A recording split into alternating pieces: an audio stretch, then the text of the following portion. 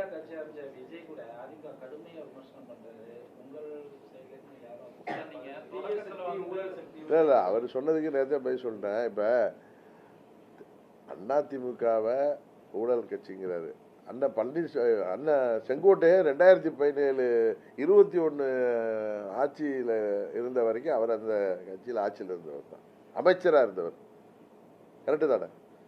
அதிமுகவை ஊழல் கட்சின்னு சொல்றாரு. 21 வரைக்கும் ஆட்சி இருந்த வரைக்கும் அமைச்சராக இருந்தவர் அண்ணன் செங்கோட்டையன். அவர் இப்போ அங்கே கட்சி தான் சேர்ந்திருக்காரு.